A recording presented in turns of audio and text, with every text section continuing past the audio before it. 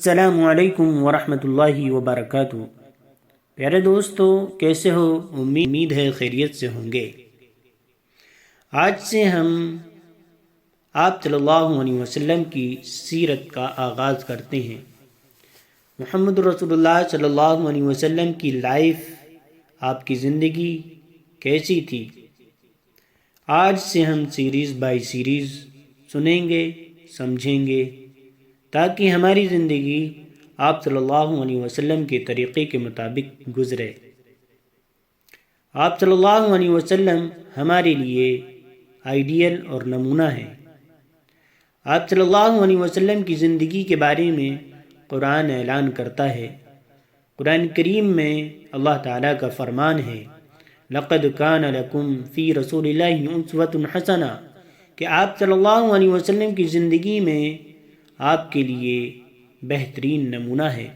یعنی ہم سب کے لیے آپ صلی اللہ علیہ وسلم کی زندگی آئیڈیل ہے، نمونہ ہے۔ آپ صلی اللہ علیہ وسلم بہترین ہیرو ہیں۔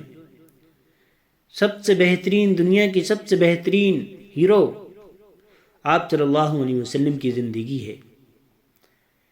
آپ صلی اللہ علیہ وسلم کی تعلیمات، اخلاقی امور اور دینی خدمات کو اس سیریز کے اندر پیش کیا جائے گا۔ آپ کی معجزات کو، محبت بھرے لمحات کو اور آپ کے دینی ارشادات کو خصوصی روشنی میں پیش کیا جائے گا، تاکہ ہم ان کی نورانی رہنمائی میں چل سکیں۔ حضرت ابراہیم علیہ السلام کے بیٹے حضرت اسماعیل علیہ السلام کے 12 بیٹے تھے۔ ان کی نسل اس قدر ہوئی کہ مکہ مکرمہ میں نہ سما سکی اور پورے حجاز میں پھیل گئی۔ ان کے ایک بیٹے قیدار کی اولاد میں عدنان ہوئے۔ عدنان کے بیٹے معد اور پوتے کا نام نزار تھا۔ نزار کے 4 بیٹے تھے، ان میں سے ایک کا نام مضر تھا۔ مضر کی نسل سے قریش بن مالک پیدا ہوئے، یہ فہر بن مالک بھی کہلائے۔ قریش کی اولاد بہت ہوئی، ان کی اولاد مختلف قبیلوں میں بٹ گئی۔ ان کی اولاد سے قصی نے اقتدار حاصل کیا۔ قصی کے آگے 3 بیٹے ہوئے، ان میں سے ایک عبد مناف تھے، جن کی اگلی نسل میں ہاشم پیدا ہوئے۔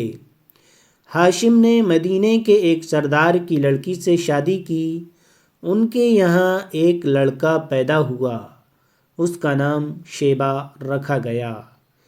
یہ پیدا ہی ہوا تھا کہ ہاشم کا انتقال ہو گیا۔ ان کے بھائی مطلب مکہ کے حاکم ہوئے۔ ہاشم کا بیٹا مدینہ منورہ میں پرورش پاتا رہا۔ جب مطلب کو معلوم ہو گیا کہ وہ جوان ہو گیا ہے، تو بھتیجے کو لینے کے لیے خود مدینہ گئے۔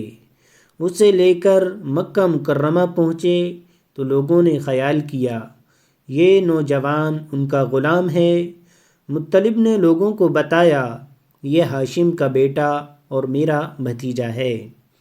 اس کے باوجود لوگوں نے اسے مطلب کا غلام ہی کہنا شروع کر دیا۔ اس طرح شیبہ کو عبد المطلب کہا جانے لگا۔ انہیں عبد المطلب کے یہاں ابو طالب، حمزہ، عباس، عبداللہ، ابو لہب، حارث، زبیر، زرار اور عبد الرحمن پیدا ہوئے۔ ان کے بیٹے عبداللہ سے ہمارے نبی حضرت محمد صلی اللہ علیہ وسلم پیدا ہوئے۔ آج کی سیریز میں بس اتنا ہی، ملتے ہیں اگلی سیریز میں۔